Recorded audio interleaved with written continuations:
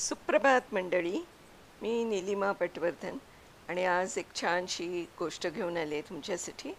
गोष्ट लिहिलेली आहे प्राची गडकरी यांनी आणि नाव आहे अविधवा नवमी. सुरू करते. आजी, कपाटाची चावी हवी आहे मम्मीला. मी मोबाईल बघत बघत आजीला म्हटलं. अरे, चावी मी काय कमरेला लावून फिरते का? फळीवर असेल बघ ना. मला आता आयुष्यात रस नाही उरलाय. तिथे कपाटाच्या चावीत काय रस असणार? आजीनं जरा चिडूनच मला उत्तर दिलं. आजीचा चिडलेला स्वर ऐकून आजोबांनी घाईघाईत फळीवरील चावी माझ्या हातात देत म्हटलं, तिचा आज उपास आहे ना, त्यामुळे भुकेने थोडी चिडचिड झाली आहे तिची. आणि तुझ्या मम्मीची पण कमाल आहे, चावी मागायची कशाला? अरे, जेव्हा पाहिजे तेव्हा फळीवरून आम्हाला न विचारता सरळ घ्यायची की.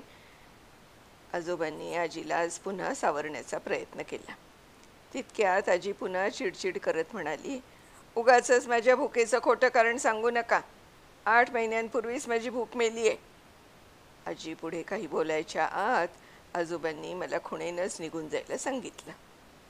मी चावी मम्मीला नेऊन दिली आणि आजीची चिडचिडसुद्धा सांगितली. मम्मीनं माझ्या बोलण्याकडे दुर्लक्ष केलं आणि ती कपाटाच्या दिशेनं गेली. तसं तर आमचं सगळं घर माझ्या मम्मीच्याच मर्जीप्रमाणे चालतं.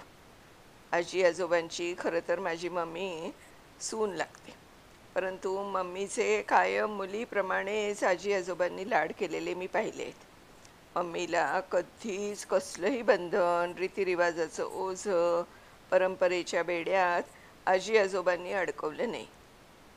आणि माझ्या मम्मीनंही त्यांच्या लाडाचा गैरफायदा न घेता त्या लाडाचा प्रेमाने स्वीकार करून कायम आजी आजोबांना योग्य तो मान दिलेला मी पाहिला आहे.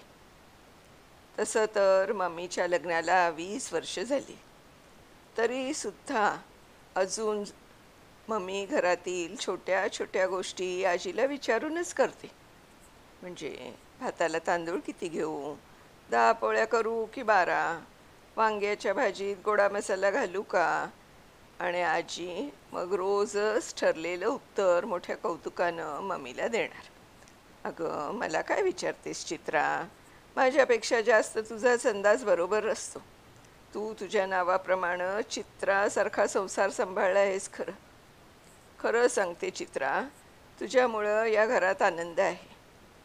त्यावेळी मात्र मम्मीलाही 2 मूठ मांस जास्त चढून तिच्यात नवीन उत्साह संचारलो. स्वतःच्या चित्रा नावाची ही मम्मीला तेव्हा फार गंमत वाटत असे. घरातील आनंद, सुख, शांती, समाधान हे सगळं केवळ आजी आजोबा आणि मम्मी यांच्या खेळीमेळीच्या वातावरणामुळे, तसेच प्रेमळ स्वभावामुळे टिकून आहे. बाबा तर कायम बॉर्डरवरच असायचे, परंतु अलीकडे माझे बाबा गेल्यापासून आजी डोक्यानं थोडी सैरभैरच असते. त्यामुळे आमच्या घरातील चैतन्य हरवलं आहे. तसं पाहायला गेलं तर आमचं संपूर्ण खानदानच मिलिटरीतलं. पणजोबा मिलिटरीत होते, तेही युद्धात शहीद झाले होते. आजोबाही मिलिटरीत होते. आजोबांचा तर एक हात गोळी लागल्याने कापावाही लागला होता. त्यांना तर आता एकच हात आहे. यात सगळ्याच्या भीतीने आपल्या मुलानं म्हणजे माझ्या बाबांनी मिलिटरीत जाऊ नये असं आजीला अगदी मनापासून वाटायचं. परंतु माझ्या बाबांनी खूपच हट्ट धरला होता मिलिटरीचा. आणि आजोबांनी पण लहानपणापासून माझ्या बाबांचा प्रत्येक हट्ट पुरवला होता. त्यामुळेच आजीच्या इच्छेविरुद्ध आजोबांनी बाबांना मिलिटरीत जायला परवानगी दिली होती. आणि आमचं दुर्दैव म्हणजे 8 महिन्यांपूर्वी बाबा अतिरेक्यांच्या चकमकीत शहीद झाले. त्यामुळे आजोबांनी बाबांना आर्मीत जायला परवानगी नसती दिली तर आज आपला मुलगा जिवंत असता, ही सल आजीला सतत टोचत होती. म्हणूनच अलीकडे ती रोज उठून आजोबांशी वाद घालायची, प्रचंड चिडचिड करायची. ती जणू एकदम बिथरली होती. डॉक्टर तर म्हणाले, आता तर आजी सावरल्या नाही तर कदाचित त्यांना वेड लागण्याची दाट शक्यता आहे. म्हणूनच गेल्या 8 महिन्यांपासून केवळ आजीला सांभाळणं एवढंच माझं, मम्मीचं आणि आजोबांचं काम होतं. आजोबांना मात्र बाबा शहीद झाले याचा फार गर्व वाटायचा. आपला केवळ हात गेला, यापेक्षा देशासाठी जीव गेला असता तर आपलं जीवन सार्थकी लागलं असतं, असं त्यांना मनापासून वाटायचं. किंबहुना माझी मम्मी तर 2 दिवसात सावरली होती बाबा गेल्यावर. ती तर अभिमानानं सगळीकडे मिरवायची, माझा नवरा देशासाठी शहीद झालाय. इतकंच नाही तर मी सुद्धा मिलिटरीत जाऊन घराण्याची परंपरा राखावी, असाच मम्मीचा हट्ट असतो. आणि मीही तसा एका पायावर तयारच आहे डिफेन्स जॉईन करायला. एकीकडे माझी डिफेन्सची तयारी चालू होतीच, परंतु आजीच्या अशा वागण्यामुळे आम्ही सगळी तयारी आजीच्या चोरून करत होतो. इतक्यात मम्मी घाईघाईत आजीच्या रूममध्ये गेली. मी सुद्धा उत्सुकतेने तिच्या पाठोपाठ गेलो. मम्मी आजोबांना म्हणाली, अण्णा, स्वयंपाक तयार आहे, परंतु अजून 11च वाजतायत, म्हणून मी जरा बाजारात जाऊन येते. मला यायला उशीर झालाच तर तुम्ही जेवून घ्या. तसं मी विठाबाईंना सांगितलंही आहे मला उशीर झालाच तर तुम्हाला वाढायला. मम्मीचं वाक्य अर्धवट तोडून आजी लगेच म्हणाली, आजपर्यंत तुझ्या विना कधी जेवलो आहोत का मी चित्रा? मग आज तुझ्या विना कसं जेवू? आणि एवढ्या पावसात काय सामान आणायचं आहे तुला बाजारातून?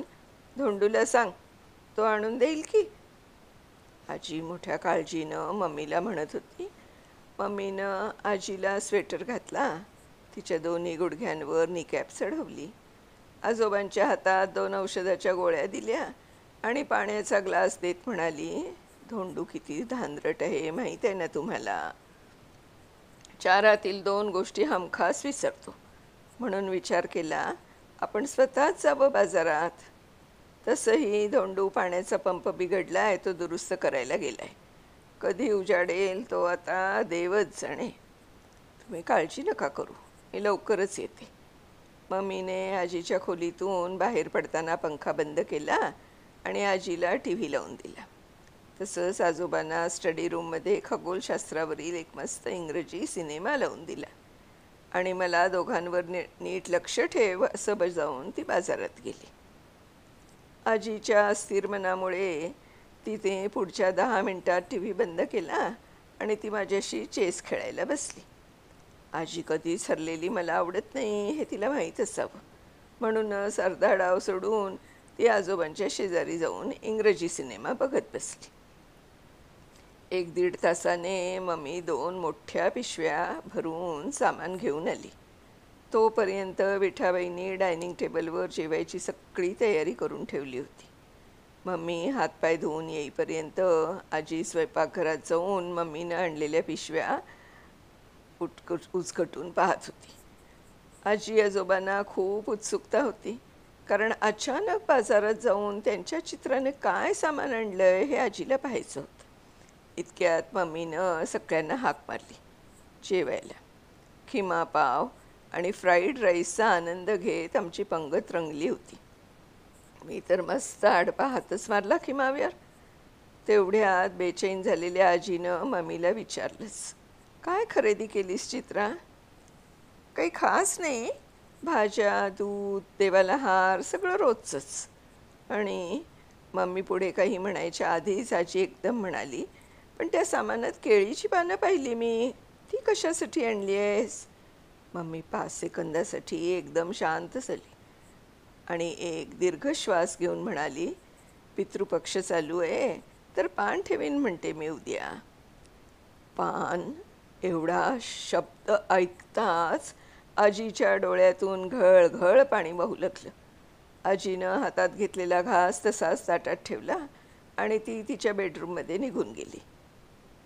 मम्मीनी पण ताटाला नमस्कार करून आजीच्या पाठी जायचं ठरवलं. तोच आजोबा मम्मीला धीर देत म्हणाले, चित्रा थांब, तू जेव बेटा, तिला तशी भूक नव्हतीच, तू बाजारात गेली होतीस तेव्हा एक चिकू तिनं खाल्ला होता. बाकी यंदा कावळ्याला पान ठेवावं असं माझ्याही मनात खूप होतं, पण हे तुला कसं सांगावं हेच मला कळत नव्हतं.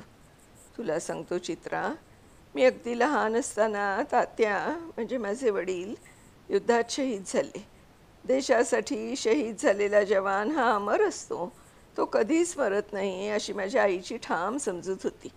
आणि पितृपंधरवड्यात पान हे मेलेल्या माणसांना ठेवलं जातं, म्हणून आईनं कधी पानच ठेवलं नाही तात्यांना. त्यानंतर मिलिटरी हे एकच ध्येय डोळ्यासमोर ठेवून आईनं मला मोठं केलं. परंतु मी कॉलेजमध्ये असताना माझी आई अचानक गेली. आईची पहिल्यापासून शेवटपर्यंत एकच इच्छा होती, मी आर्मीत जावं. तिची ती इच्छा मात्र मी पूर्ण केली आणि मी मिलिटरीत गेलो. कधी बॉर्डरवर तर कधी महत्त्वाच्या मिशनवर होतो. त्यामुळे मी माझ्या आईवडिलांना कधीच पान ठेवू शकलो नाही. आणि जेव्हा रिटायर झालो तेव्हा इतकी वर्ष ठेवलं नाही, मग आता तरी कशाला ठेवायचं, हीच भावना मनात होती. परंतु माझ्या मुलाला अवधूतला मात्र उद्या आपण पान ठेवायचं.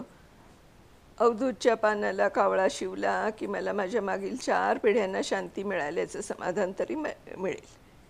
आजोबा चक्क सेंटिमेंटल झाले होते.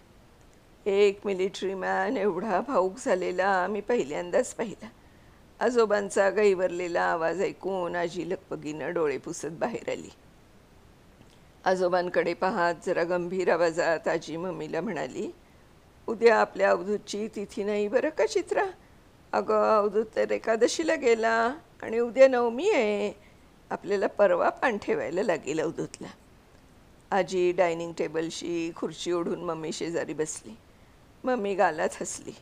तिनं आजी आजोबांना क्षणिक निहाळलं आणि म्हणाली, पण मी पान उद्याच ठेवणार आहे, नवमीला. आणि खरं सांगू, मला अवधूतसाठी पान ठेवायचंच नाही. अण्णा, तुमचीच आई म्हणाली होती ना, शहीद जवान अमर असतात. माझा अवधूत तर अमरच आहे, त्यामुळे त्याला पान ठेवायचा प्रश्नच येत नाही. हे पान तर मी तुमच्या आईला ठेवणार आहे अण्णा, कारण उद्या अविधवा नवमी आहे.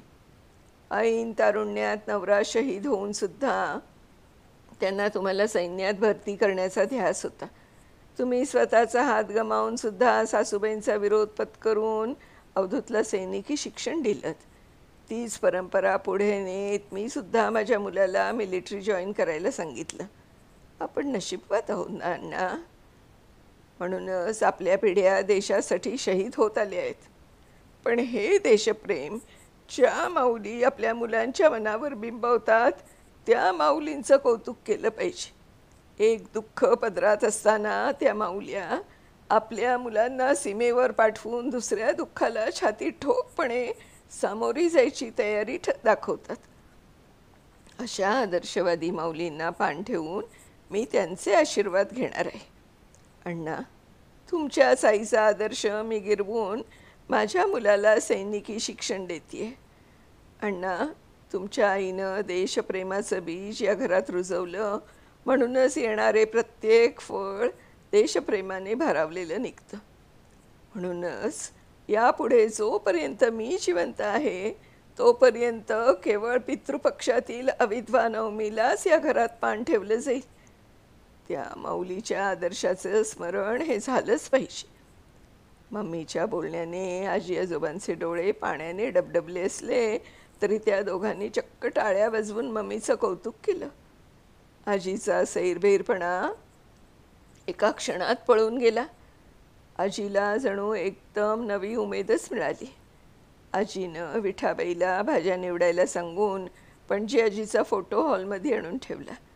माझ्याजवळ येऊन आजीनं नुसता प्रश्नांचा भडीमार सुरू केला. बाळा, कधी निघणार आहेस? कुठे आहे तुझं ट्रेनिंग? गरम कपडे खरेदी केलेस का? पोस्टिंग कुठे? आणि बरं का, निघताना रव्याचे लाडू देईन हो तुला. अवधूतला सुद्धा नेहमी मी लाडू देत असे. आजोबा आणि मम्मी दुरून आजीची गडबड बघत होते. आजीच्या मनातील दुःखाला मम्मीनं आदर्शाची जोड देऊन आजीला जगण्याची नवी उभारी दिली. हे आजोबांनी क्षणातच ओळखलं होतं. म्हणूनच बहुतेक आजोबा मम्मीला शिक्षण करून जणू धन्यवाद देत होते. गेले 8 महिन्यांपासून आजीच्या मनावरील दुःखाच्या ओझ्याला पितृपक्षातील अविधवा नवमीनं क्षणात उतरवलं, हेच खरं. अगदी खरं आहे प्राचीताई. खरंच ह्या ज्या माऊली आहेत ना, ज्या आपण विधवा झालो असून सुद्धा आपल्या मुलाला आपल्या देशासाठी लढायला पाठवतात. त्यांना मिलिटरी, आर्मी जॉइन करायला परवानगी देतात. अगदी आनंदाने. त्यांच्यासाठी हा दिवस नक्कीच आपण साजरा केला पाहिजे. मंडळी, धन्यवाद. मला तर ही गोष्ट खूपच भावली. तुम्हाला पण नक्की आवडली असेल याची खात्री आहे मला. प्राचीताईंचे धन्यवाद म्हणते की इतकी सुंदर गोष्ट त्यांनी लिहिली आहे. पुन्हा अशाच एका छानशा गोष्टीसह भेटणार आहोत. तोपर्यंत बाय बाय.